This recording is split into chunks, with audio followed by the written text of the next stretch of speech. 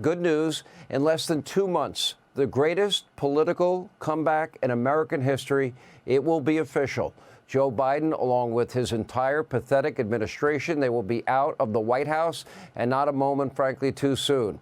After trying to put his chief political rival in prison with a weaponized DOJ, Biden will hand over the keys to Donald Trump, whether they like it or not, and leave office as the worst, most corrupt, most incompetent, most divisive one-term president in modern American history. And his final act as commander-in-chief, well, is very much on brand. Instead of working to make the country a better place in his final days in office, Joe Biden is solely focused on sabotaging the incoming Trump administration while also making some very dumb and, frankly, even dangerous decisions. Now, that doesn't seem to make any sense at all to anybody, does it, except them? All vengeance. Now, for example, according to reports, Biden is now trying to quickly offload construction materials that you paid for that were to be used for the border wall that they stopped building. They're selling them at really low discount prices. What does that mean? That will force the incoming administration to spend more of your money to buy the new materials to complete the wall that Donald Trump says he's going to complete, and he will complete. He thinks he's hurting Trump, but all he's really doing here is wasting your money, all of it spiteful vengeance. At the same time, Biden just made it easier for illegal immigrants during his final weeks in office, allowing them to bypass in-person ICE check-ins with a new app. And according to reports, he is now letting in as many illegal immigrants, unvetted, of course, as possible to thwart the Trump agenda. What, more murderers, rapists, cartel members, gang members? Let's see. More drug dealers. Is that what he's doing? More terrorists? And now, not only is our southern border a disaster, but illegal crossings from Canada, they too are skyrocketing, and you have hundreds of terrorist suspects that have been arrested. Biden is not only leaving Trump with wide open borders, but he is creating the greatest national security nightmare danger to all of you, and that's waiting to happen. I hope it doesn't. Overseas, Biden is actively sabotaging Donald Trump's upcoming peace efforts. He knows that Trump wants negotiated settlements in the Middle East. He knows he wants them in Europe. He's supplying now Joe Biden is Ukraine with long-range missiles and escalating a conflict that pretty much has long been a stalemate. He also, by the way, pumped another $20 billion of your hard-earned tax dollars, your money, into Ukraine to help prolong this conflict. Now, since the fall of the Soviet Union, we have never been this close to a nuclear war. Even Vladimir Putin changed his nuclear policy because of the weapons that Joe Biden is giving Zelensky in Ukraine. But Democrats, they're also now attempting to pass legislation to limit Trump's authorization of America's nuclear arsenal. By the way, that would be clearly unconstitutional. And meanwhile, in the Middle East, the U.S. is currently targeting Syria with a barrage of airstrikes after U.S.-backed rebel groups toppled Assad, and there are now fears that ISIS might take power. Joe, take the next 38 days off, go to the beach. You're doing more harm than good.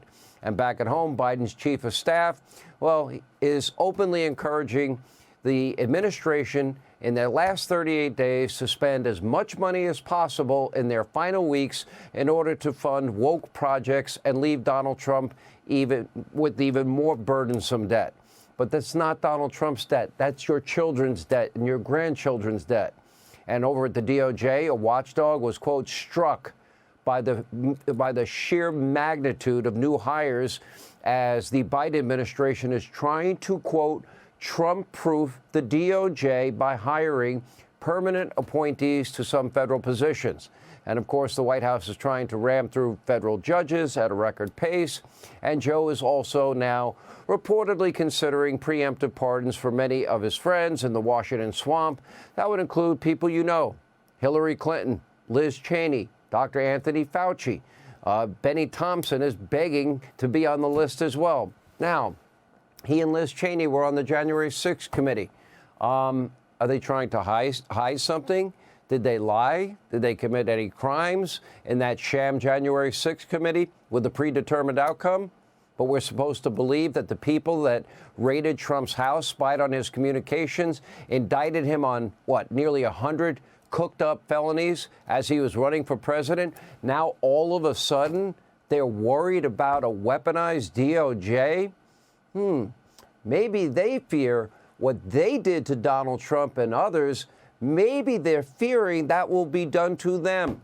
I don't think it should be, but probably that's what they're thinking. The hypocrisy, duplicity from the Biden administration is it's believable, but almost unbelievable.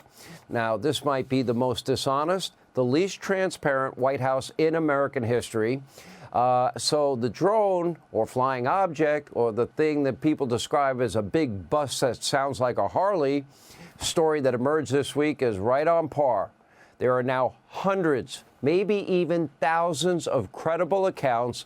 There's plenty of videos, plenty of pictures showing these very large, very sophisticated objects flying at very low altitudes over the U.S.